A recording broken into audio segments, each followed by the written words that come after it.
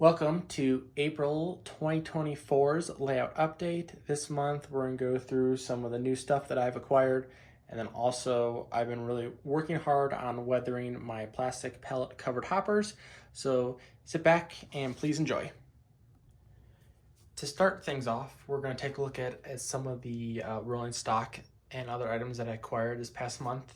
Here I scored on eBay a 5-car set of the 40-foot Maxi 1 early version TTX well cars. This will be perfect for one of my intermodal trains. And then I was also able to snag a 5701 covered hopper. It is the AC FX reporting marks, and we'll take a look at that car later on in some of the work that I'm doing.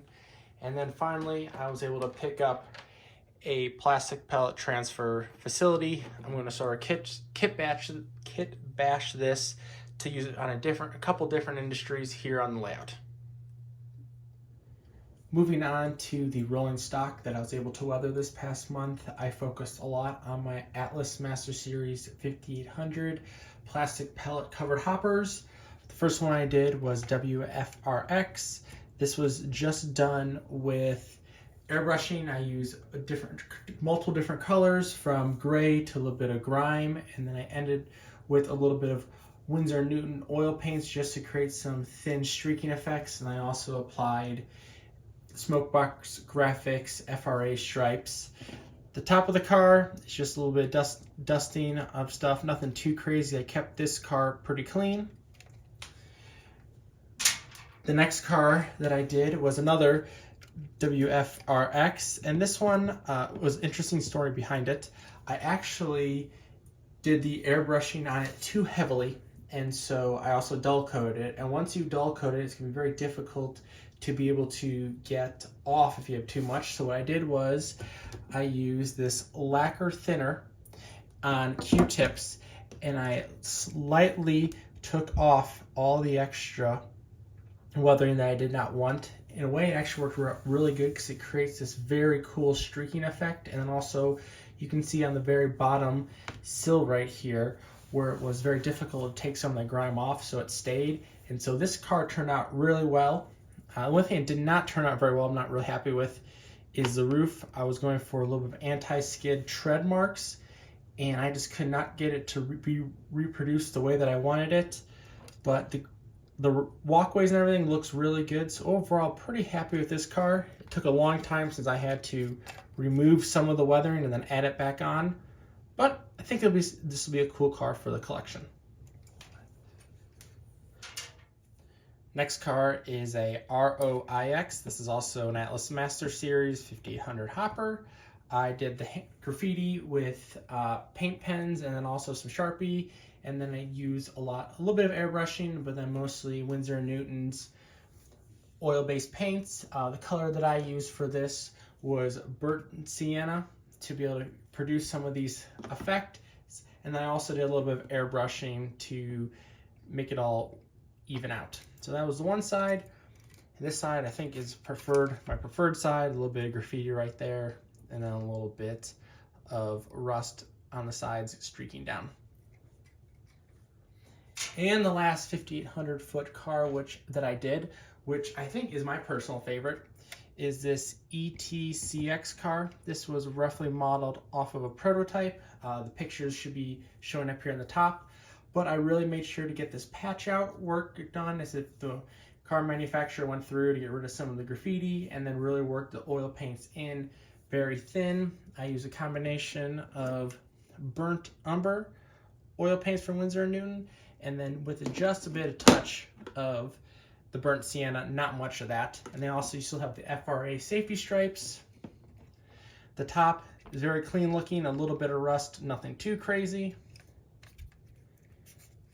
And then the other side of the car.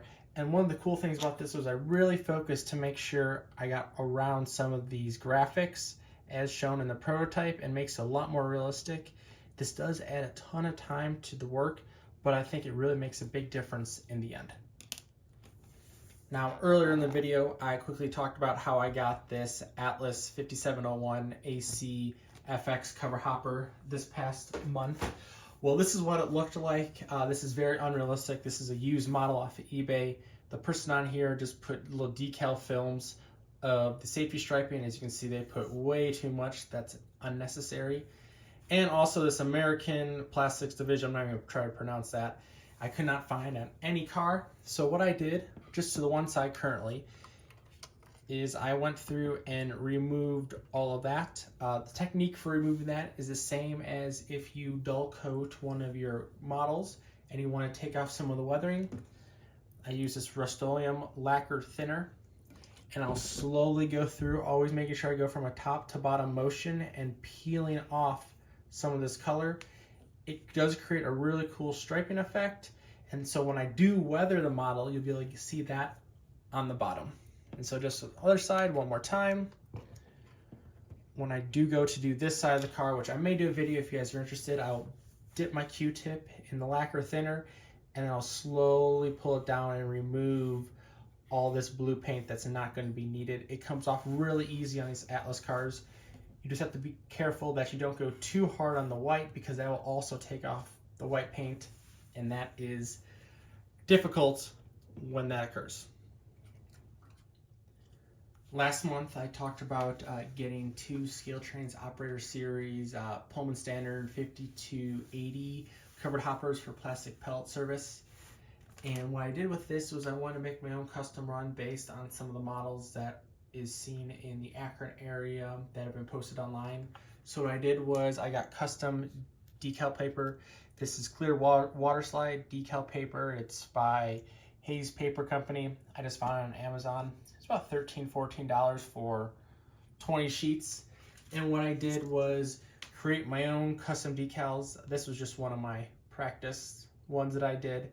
And what I did here was I actually got the exact prototype car that was found back in 2014 on the ABC Railway, and I renumbered it. So RDIX 5823. I did all this lettering down here too. All this lettering was done on just a Word document. I got Helvetica, I'm sure I pronounced that wrong, font, which is mostly correct for this. And then I just PDF'd it and printed it on an inkjet printer. You just have to make sure that you get the correct decal paper based on what type of printer you have, whether it's a laser or inkjet. And there's plenty of videos on YouTube that show you how to do that. But this, again, was a model that was real life back in 2014 roughly that was captured. And it was pretty new when it was done, so I didn't do too much weathering, but yeah, just a little bit on the top right there.